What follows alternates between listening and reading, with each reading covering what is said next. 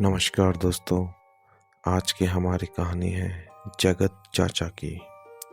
ये घटना उनके साथ उनकी जवानी में सन 1970 में हुई थी, जब वह भारतीय सेना में सेवारत थे और वह अपने गांव छुट्टी आए थे, जो कि पौड़ी उत्तराखंड में स्थित है।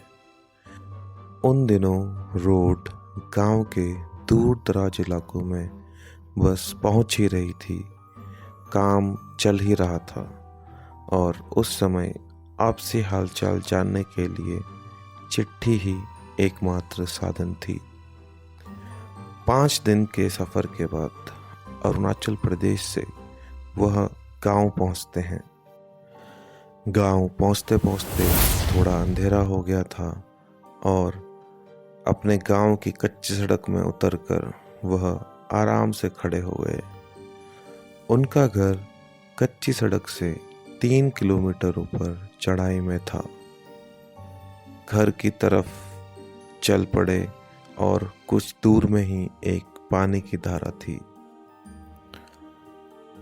कुछ दूरी में एक पानी की धारा थी जिससे पूरे गांव को पानी की आपूर्ति होती थी।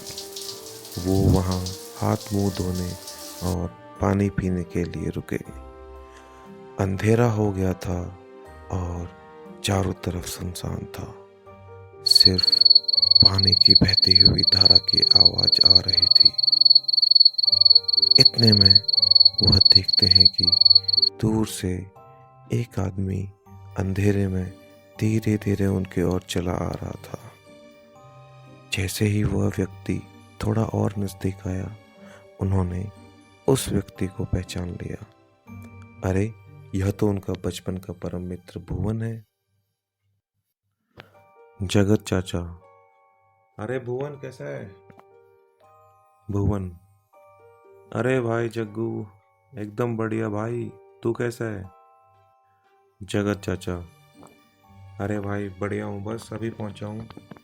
तेरे को क्या हो गया? काफ़ी पतला हो गया तू। भुवन। अरे यार, अपना क्या बताऊँ, और प्रमोशन हो ही गया तेरा। जगत चाचा। हाँ यार, हो ही गया, मेरा नंबर आ ही गया। भुवन। चल फिर इसी बात पर पार्टी करवा दे। जगत चाचा। अरे भाई कल करते हैं यार, अभी तो घर वालों को भी नहीं पता मैं आने वाला हूँ, अंधेरा भी काफ़ी हो गया है। भुवन। ना भाई, अभी करवा दे, बस 2 पैक बना दे विस्की के, कल नहीं मिल पाऊंगा। 1 साल बाद आया यार तू छुट्टी। मित्र की बात को टालना सही नहीं समझा जगत चाचा ने और चुपचाप अपने फौजी बैग से विस्की की बोतल निकाल दी। जग्गू चाचा। अरे भाई, गिलास तो है ही नहीं। इतना सुनते ही भुवन फुर्ती से लपकता हुआ बगल के खेत से एक केले का पत्ता तोड़ता है और उसे गोल गोल एक ग्लास के आकार में मोड़ते हुए बोलता है, तूने तो छोड़ दी, बस मैं 2 पैक ही मारूंगा। भुवन पहाड़ी पानी की धारा में 2 पैक विस्की बनाता है और तुरंत गटक गटक करके पी जाता है। जगत चाचा को भुवन कुछ बदला बदला सा लगा, लेकिन उनके मन में जल्दी घर जाने का विचार घूम रहा था। इतने में भुवन उनके फौजी बैग को उठाता है और कहता है, अंधेरा हो गया काफ़ी, चल तुम घर छुड़ाता हूँ। जग्गू चाचा। हाँ चल भाई। दोनों मित्र घर की तरफ चल पड़ते हैं। रास्ते में दोनों दोस्त आपस में काफ़ी बातचीत करते हैं।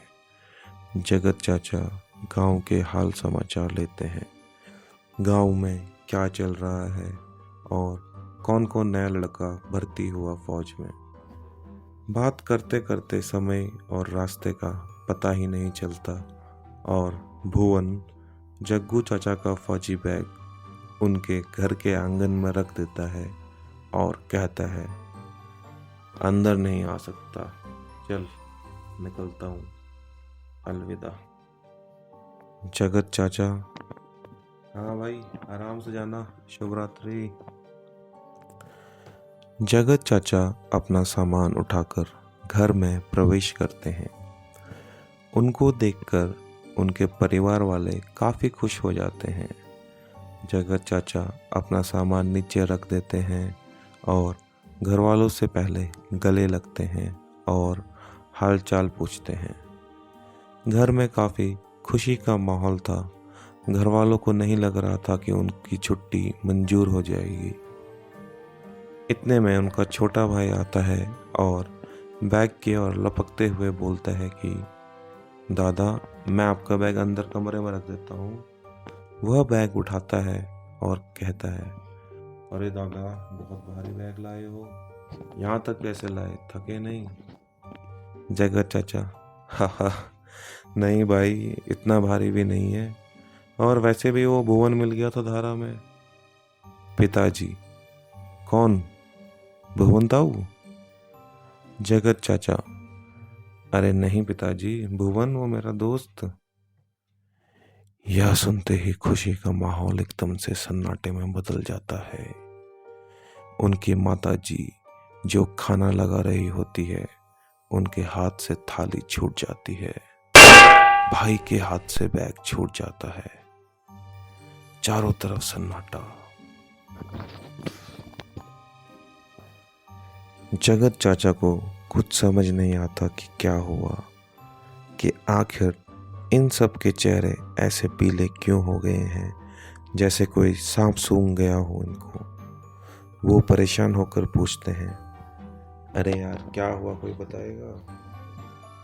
पिताजी, बेटा, तुम्हारे दोस्त भुवन की तो अभी 1.5 महीने पहले मौत हो गई थी। बेचारा लकड़ी काटने के लिए पेड़ पे चढ़ा और फिसल कर खाई में गिर गया। अगर भुवन मर गया था तो जिससे उनकी मुलाकात हुई, जिसे उन्होंने 2 पैक पिलाए, जिसने उनका फौजी बैग उठाकर घर तक पहुंचाया, वो कौन था? उनके दिमाग में जैसे सारी बातचीत फ्लैशबैक की तरह आ गई। उन्होंने जोर दिया कि कैसे उसके प्रमोशन और दारू वाली बात बिना बताए उसको मालूम थी। एक पल को जगत चाचा की आंखों के आगे अंधेरा छा गया। उनके दिल की धड़कन एकदम तेज हो गई। उनको कुछ समझ नहीं आया। इतने में उनकी माताजी ने तुरंत अपने इष्ट देवों की विभूति उनके माथे पे लगाई। आज भी जगत चाचा जब उस घटना को याद करते हैं तो उनके रोंगटे खड़े हो जाते हैं। जिसे तुम मिले शायद वो छला हुआ था।